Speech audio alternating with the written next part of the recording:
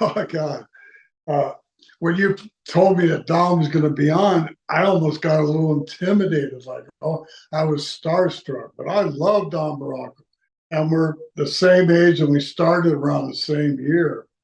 And but God, when he first, what a difference him now.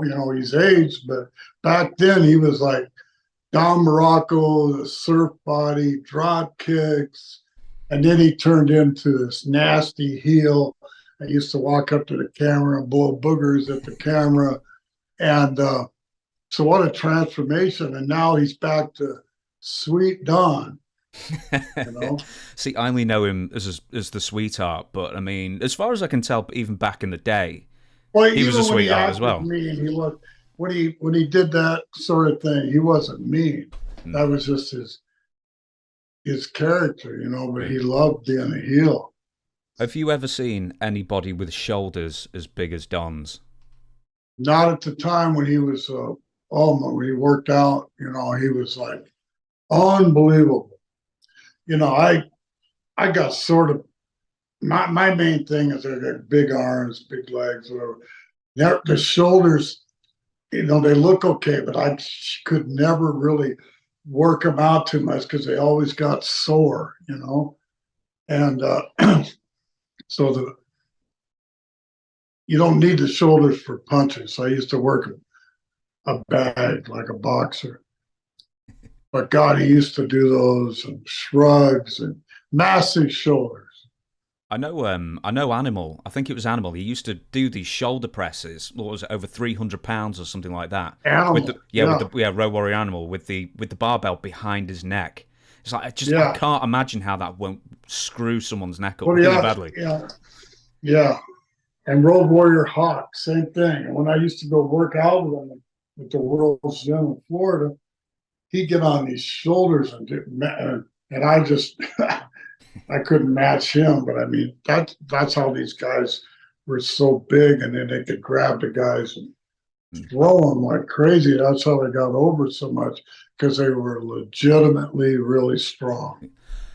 Didn't know how to wrestle, but There may have been a few who were strong and may not know how to wrestle. I think that might be a common theme. But do you know what?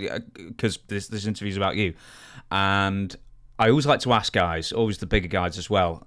Do you remember your records for bench press, squats, deadlifts? oh, I had a 400. I mean, this is good for me. I had a 400-pound bench press, and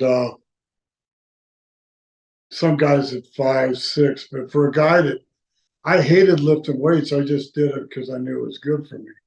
Uh, but I had a legitimate 400-pound bench press, and a squat I could squat. I really don't know. I never did that for a maximum.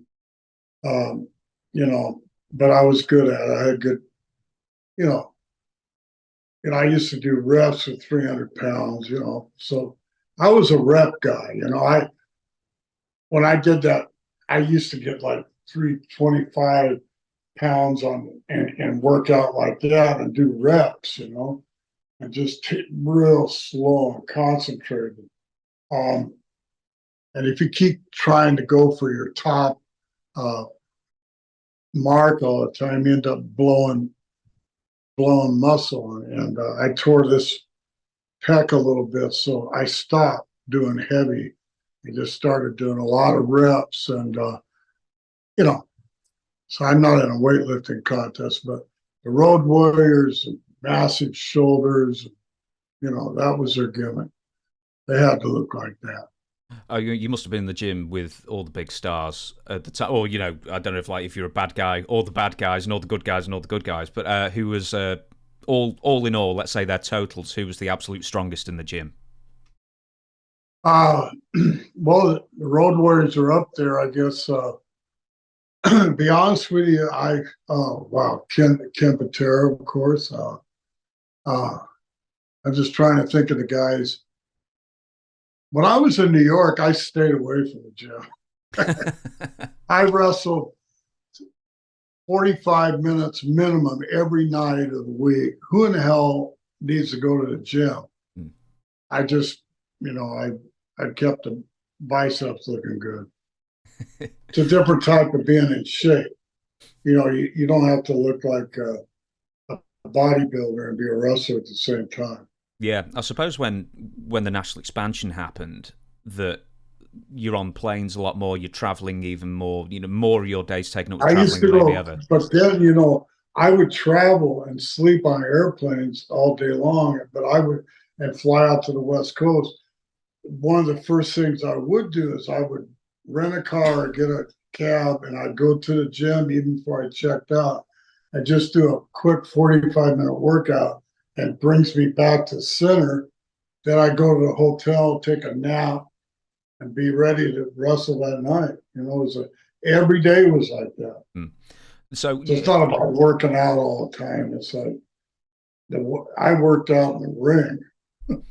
Yeah, well, making money and working out. Yeah, it's great cardio and everything. So so what year did you just start thinking, man, the travel's getting too much? I just can't hit the gym 5-6 days a week anymore.